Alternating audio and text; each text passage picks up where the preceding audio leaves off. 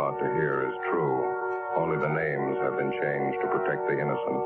You're a detective sergeant. You're assigned to Juvenile Bureau. A pair of fake talent scouts are at work in your city. Their victims, young girls seeking careers in Hollywood. The criminals are vicious and relentless.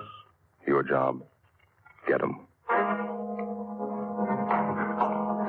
It was Tuesday, May 7th. It was mild in Los Angeles. We were working the day watch out of Juvenile Bureau. My partner's Ben Romero. The boss is Inspector Bowling, Commander, Juvenile Division. My name's Friday. It was 10:13 a.m. when I got to 1335 Georgia Street, second floor. The squad room. Hi. Hi, Ben. Did you pick up that latest run the stats office made for? No, I don't think they got it ready yet. Notice there in the book it's been ready since yesterday. You were over there. You could have picked it up. What's the matter with you this morning? Don't you feel good? No, just this stinking cold seems to be settling in my chest. Miserable. Yes, sir? Can I help you? Oh, yes.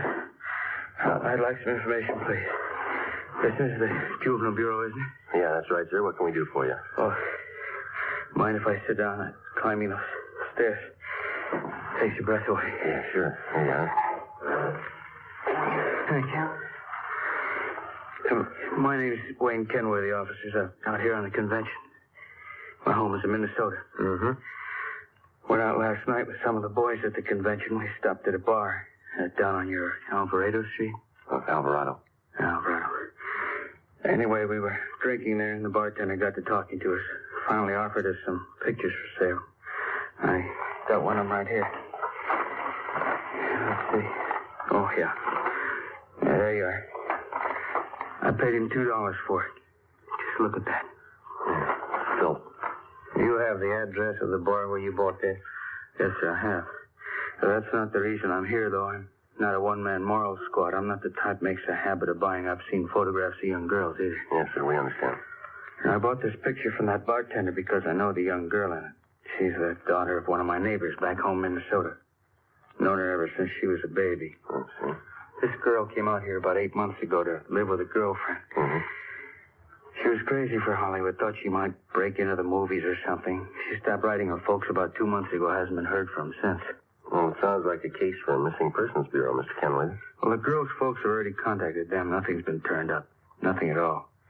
Then last night, just by an accident, the bartender shows me this photograph. It's that girl, all right, no mistake. Well, we'll do everything we can to help straighten it out, sir. Well, that young girl I know. Known her since she was a baby. Good family, good training. She never would have posed for a photograph like this. Rotten filth. She's just not the type, that's all. Yes, sir, we understand. What was this young girl's name, Mr. Kenway? Lois Brewster, that's her real name. When she wrote her folks, she was using another name while she was out here. Thought it might help her movie chances. Drake, I think that's what it was. Linda Drake? Yeah, that's right. About 5'4", 115 pounds, dark hair, dark eyes. That's right. Yeah. You know where she is? Oh, yeah, we do. We had her case called to our attention. Oh, where is she? Is she all right? No, sir, she's dead. 2 days before Mr. Kenworthy walked into Juvenile Bureau, the body of a young girl had been washed up on the shore just below the beach town of Venice. Apparently, she'd taken her own life. The girl was a brunette, attractive, not more than 17 years old. There was no identification on the body except for a rent receipt found in one of the pockets of a cotton jacket that the girl had been wearing. The rent receipt was made out to Linda Drake. It was signed R.L. King, 876 Peoria Avenue. The address was checked out, and R.L. King was found to be the girl's landlady. After identifying the body, she told investigating officers that Lois Brewster, alias Linda Drake, had lived at her rooming house with a girlfriend for about 6 months. The girlfriend's name was Joyce Fowler. The landlady went on to explain that the two girls had moved out about a week before without leaving a forwarding address. The Fowler girl had said that she would call back for any mail that might be delivered to the Peoria Avenue address. There had been no other leads to the dead girl's background or identity until her former neighbor from Minnesota, Mr. Wayne Kenworthy, showed up. Later that day, Ben and I met with Inspector Bowling and briefed him. Dirty, rotten business. I'll buy that. How far have you gotten with it? Check the dead girl's quince with the missing persons bulletin. It's Lois Brewster. We notified the girl's parents in Minnesota. They're coming out to claim the body. Pretty tragic. She's an only daughter. 17 years old. Same old story we figure, Skipper. Some phony talent scout grabbed her and showed her the bright lights. Got her to post for those pictures one way or another. They can make a teenage girl go one of 100 directions after that. This one ended up on a beach. That's all I care about now. How about the girlfriend Lois Brewster was living with? Joyce Fowler? No word so far. Well, what about it? Any ideas? Well, it pretty much depends on finding this Joyce Fowler. There's no background on her. We got out on all points. How about phony talent scouts? Cheap modeling schools, photographers? Check out that angle. We put 4 of them away in the past 6 months. Another half dozen are being watched. We can start double-checking them tomorrow. Now, how about that picture that old fellow Kenway they brought in? Any lead there? We gathered a dozen samples just like it. One's as bad as the other. They're all printed on the same quality photographic paper. There's no markings of any kind on them. It's a common type of paper. All right, then get on the distribution angle. Stay on it. Every rotten bum that peddles this trash. And get them. I want them right up the line. Distributors, wholesalers, guy that prints the pictures, guy who takes them, every lousy one of them. I still can't figure. What's that? Well, the Brewster girl is a good home there, good training. She knew right from wrong. Kids don't forget that in a hurry. That might have been her trouble. How do you mean? She remembered it. Wednesday, May 8th. 6 teams of men from Juvenile Division, working in conjunction with the Detective Bureau, started the drive against the obscene literature and photography traffic. Within 2 weeks, more than a dozen wholesalers, distributors, and small-time peddlers had been apprehended and were awaiting prosecution. But we still had failed to uncover any new leads in the Lois Brewster case. The roommate, Joyce Fowler, the all-important witness in the case, was still missing. No trace of her. The dead girl's parents arrived in the city, claimed the body, and took it back to Minnesota for burial. The drive continued. Another week passed. On May 29th, on a tip from a usually reliable informant, Ben and I checked out a small photographic studio on Sunset Boulevard, operated by an Emil Joseph Martin, who was sullen and uncooperative. We checked through his files. Just what I told you. A few special shots I keep filed away just for laughs. Once in a while, a friend drops in. I print one of them up for him. Yeah. Hold that one up to the light. Some of them are nice-looking dolls, huh? I print one up for my friends once in a while. What kind of friends do you have? Huh? How about this negative here, Martin? Do you mind printing this one up for us now? Sure, officer. My compliments. How many copies you want? One's enough. If you say so. Let's see. One of the best. I'll print it up right now. This way.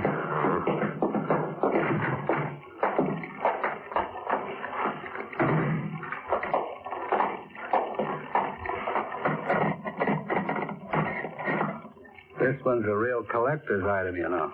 You're right. A friend of mine got me the negative. $100 it cost me. Worth it, though.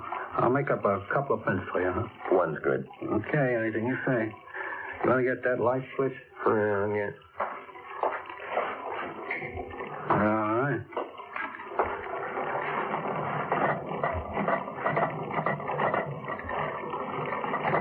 Yeah, beautiful negative. Yeah, you picked a good one, all right. Yeah, get the paper in here.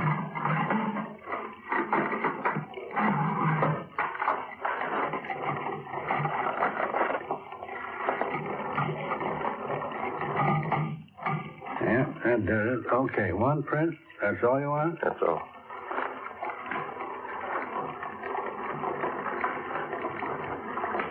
Okay, let's put it in the soup.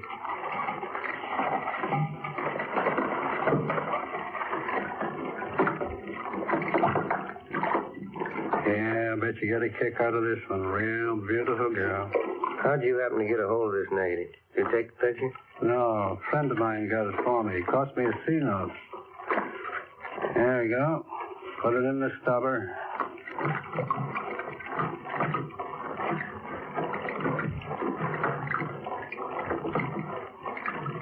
There we go. How about that? How about the guy you got this negative from? Did he take the picture? No, he bought it from somebody else. Don't know who. Cost him $350. Worth it, though, huh? Oh, yeah. Isn't that beautiful?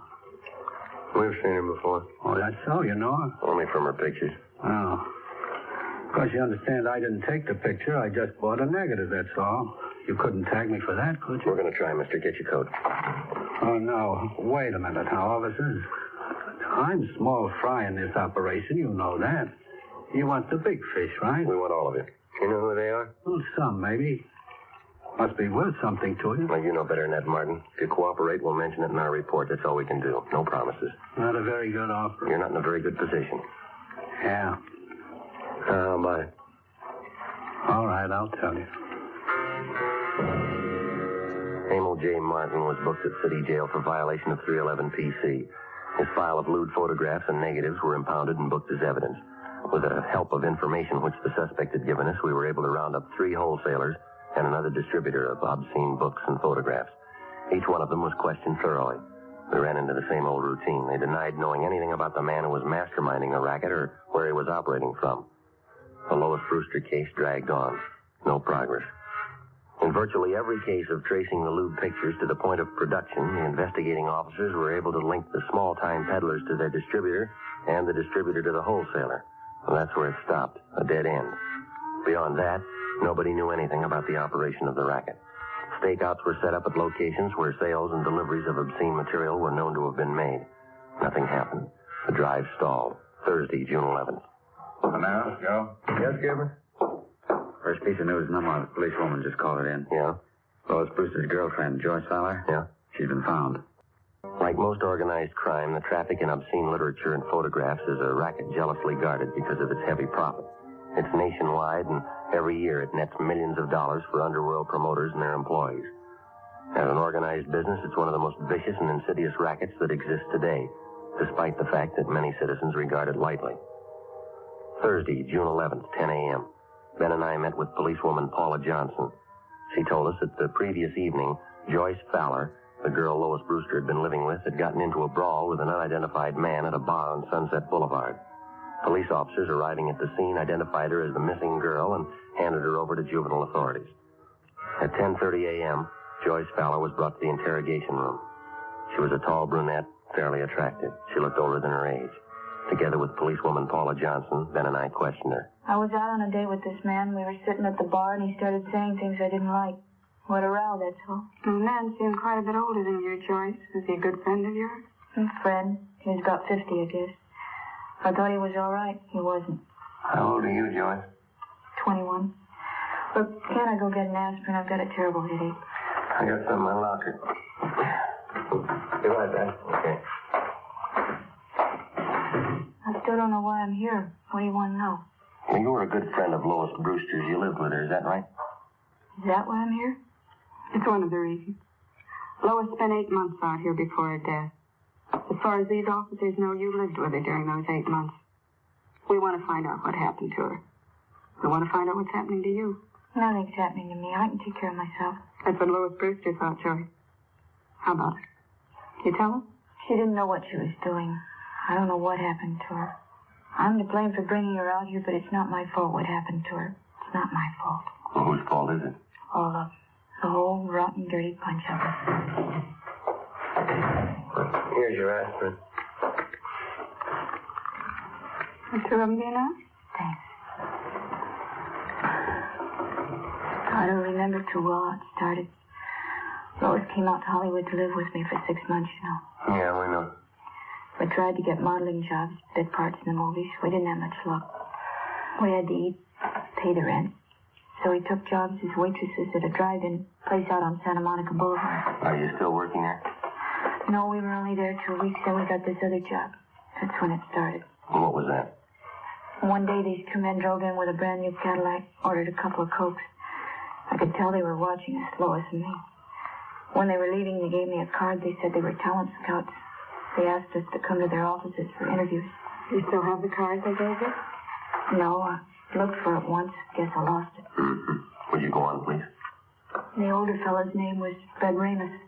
Other one was Mr. Gilbert. They were both very nice. We didn't think anything was wrong. Did you go for the interview? Yes, Lois and I both went. They talked to us a lot, had us read out of a script and walk up and down. They said both of us showed a lot of promise. They said they wanted to be our agents, so we signed a paper. Fred Ramus told us he'd see we got a break. Mm-hmm. Did either of them ever arrange any legitimate interviews for you? I mean, with the movie studios, radio, television, anything like that? No. They took us out quite a bit, restaurants, nightclubs. Told us we had to be seen around town first. Had to show us off to the producers, all the important movie people. Both of them were very nice. And did you keep on working at the Dragnet? No, they had me and Lois quit the job. Said it wouldn't look right. We still had to eat. We still had to pay our rent. That's when they brought up the idea of the pictures. What pictures do you mean, Joyce? Fred Ramus and Mr. Gilbert took us out to a big nightclub one night. Fred told us that if Lois and I had some good pictures taken of ourselves, he could show them around and get us jobs as models. That is, till we got a break in the movies. Up to that time, how long had you known these two men? About a month and a half. I didn't see anything wrong in it, so Lois and I went to this photographer's studio with Mr. Ramus, and we had our portraits taken, regular pictures. Well, what happened after that? Mr. Ramus came back and said he'd found an advertising agency that wanted to buy pictures of Lois and me. He said we get $20 apiece every time we posed. For portraits? No, for posing in bathing suits, pajamas, things like that. They were supposed to be for magazine ads. In about a week, he brought us to his office and said the agency wanted us to pose without clothes, without anything. He said he'd pay us $40 for that. They showed us lots of pictures of models like that. They talked about it all the time. Mr. Gilbert and Fred Ramus, they kept taking us out. We used to drink quite a bit with them. One night there was a big party. We drank. Lois and I got separated. I still don't know what happened. Next morning, we both woke up with headaches. Fred Ramus came and showed us the pictures. He pretended to be very nice about it. Said he'd pay us well if we go on posing for pictures. The kind he wanted. Didn't you think of going to the police? We talked about it. We were afraid of the publicity, the newspapers. We just kept going on, doing what he said. It's like a nightmare. Kept getting worse. We kept getting in deeper. I didn't have that envelope. Yeah.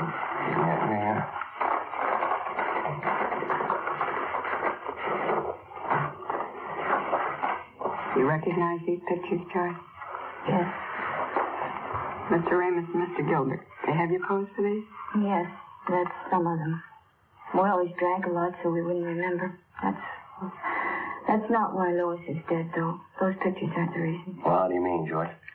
Ramus and Gilbert, they'd fix up dates for us. They said the men were their friends. 3 or 4 times a week they'd call. We had to go out with them. We had to do what they said. One morning we got home about 5:30 in the morning. Lois changed, said she was going for a walk. I went to bed. She left a note. I never saw her again.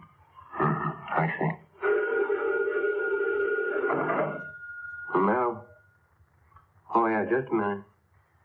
That long-distance call we placed to your home, Joy. Sure on. Oh, thanks. Hello? Yeah, it's me, Joyce. Yeah, it was just a mistake. Yeah. How's Uncle Henry? Swell. No, it's all right. Don't you worry. Yeah, all right. I'll write you tomorrow. Yeah, bye. Thanks for placing the call, Sergeant. You're welcome. Glad to do it. Anything else you want to know? Yeah, there's just one more thing. Do you still have that note that Lois Brewster wrote before she died? No, I lost it. I remember what it said, though. Yeah. It said, I'm sorry. It was signed Lois. That's all. Joyce Fowler supplied us with the addresses of Fred Ramus and his partner, Gilbert. She gave us all the names and addresses of all their friends and employees that she knew of. She also pointed out their offices and base of operations. Inspector Bowling ordered an immediate investigation into the background and business activities of both men. Previously convicted wholesalers and distributors of obscene photographs were called back in and re-questioned. We finally completed the missing link in the supply line from the peddler to the producer. 5 former workers for Ramos and Gilbert fingered them as head men controlling the racket. Their offices and studios were raided and their files seized as evidence. On June 18th, Fred Ramus and his partner Harold Gilbert were placed under arrest. What's the pitch, Sergeant? What's this all about? I think you know, Mr. Ramus. You can't tag me on those pictures. You want to get your hat? It's artwork, legitimate artwork. My lawyer can prove that. He better be good. You bet he is. You know, I'm kind of surprised at you cops taking the word of somebody like that Fowler girl. She doesn't know what she's talking about. She's a psycho. Is that right? Why, sure. I tried to do something with her and that girlfriend of hers. They signed up as her agent. They were hopeless. You've got quite a stack of negatives here. Pictures of both of them. 17-year-olds. They're just candid shots, you know. Spicy for my private collection. There's nothing wrong in that. I figured I'd give the girls a break, let them earn a few bucks. Yeah? Look, I couldn't have treated those girls better. I took them around, showed them the town. Both psychos. I never did trust them. Well, that's the big difference, Ramos. Huh? They trusted you. Fred Ramos and Harold Gilbert were brought downtown to Inspector Bowling's office. Joyce Fowler was seated next to the desk. Gilbert was brought in. She identified him. He was taken out and held for booking. All right, bring in the next one. All right, come on.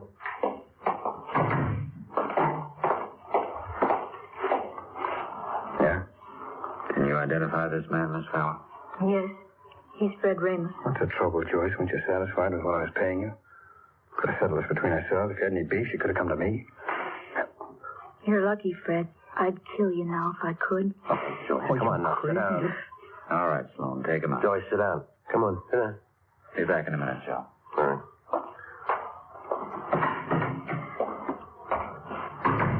I'm sorry. Doesn't do any good. Are there any more? No, that's about all. You've helped quite a lot. Yeah, I'm glad I could do it. Is that all, Sergeant? Well, for now, yeah. You'll have to testify at the trial. After that, the juvenile court's going to keep in pretty close touch with you. I see. Aren't you going back home, Joyce? To Minnesota? No, it'd be the same old thing. My aunt'd be glad to see me for the first week. Then she'd start all over again, hollering at me, picking. Wouldn't be any use. What are you going to do out here, Joyce? You know? I know a nice fella in Santa Monica. He's going to get me a job at a brand new drive-in. Cute uniforms. But I don't think juvenile court's going to let you take a job like that, Joyce. I hope so. A lot of talent scouts go there. Radio, movie producers. They might notice me. Yeah? Never can tell. Might lead to something. The story you just heard was true. Only the names were changed to protect the innocent. On October 4th, trial was held in Superior Court, Department 91, City and County of Los Angeles, State of California. Fred Ramos and Harold Gilbert were tried and convicted on several counts of rape and lewd conduct. They received sentences as prescribed by law and are now serving their terms in the state penitentiary. You have just heard Dragnet, a series of authentic cases from official files. Technical advice for Dragnet comes from the Office of Chief of Police W.H. Parker, Los Angeles Police Department.